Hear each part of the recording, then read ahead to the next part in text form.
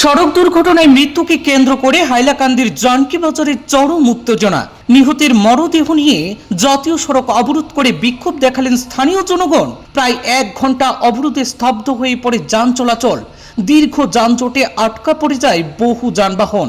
সড়ক দুর্ঘটনায় নিহত ব্যক্তির মরদেহকে কেন্দ্র করে উত্তাল হয়ে উঠল হাইলাকান্দি জেলার জানকী বাজার এলাকা। জানা যায়, গত 24 মে এক মর্মান্তিক সড়ক দুর্ঘটনায় গুরুতরভাবে আহত হন দিনমজুর প্রজেশ চন্দ্র মালাকার। দুর্ঘটনার পরই তাকে দ্রুত হাসপাতালে ভর্তি করা হয়।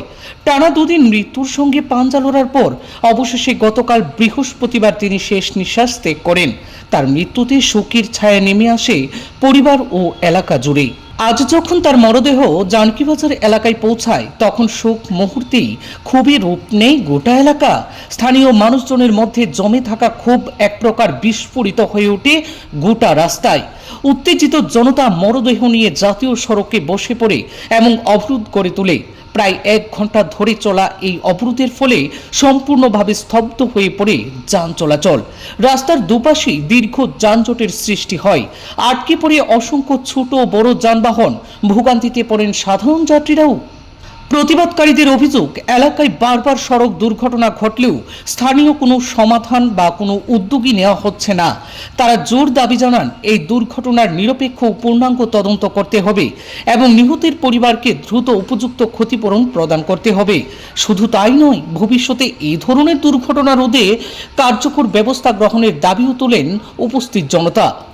এই প্রতিবাদী জাতি ধর্ম বর্ণ নির্বিশেষে অনেক অংশের মানুষ একজোট হয়ে সামিল হন, যা গোটা এলাকায় এক সংহতির চিত্র তুলে ধরে। পরিস্থিতি ক্রমশ উত্তপ্ত হয়ে উঠলে 5 গ্রাম পুলিশ ঘটনাস্থলে পৌঁছায়। পরে দীর্ঘ সময় ধরে বুঝিয়ে সুঝিয়ে উত্তেজিত জনতাকে শান্ত করে অবরোধ তুলে নেওয়া হয় এবং ধীরে ধীরে যান চলাচলও স্বাভাবিক হয়ে ওঠে।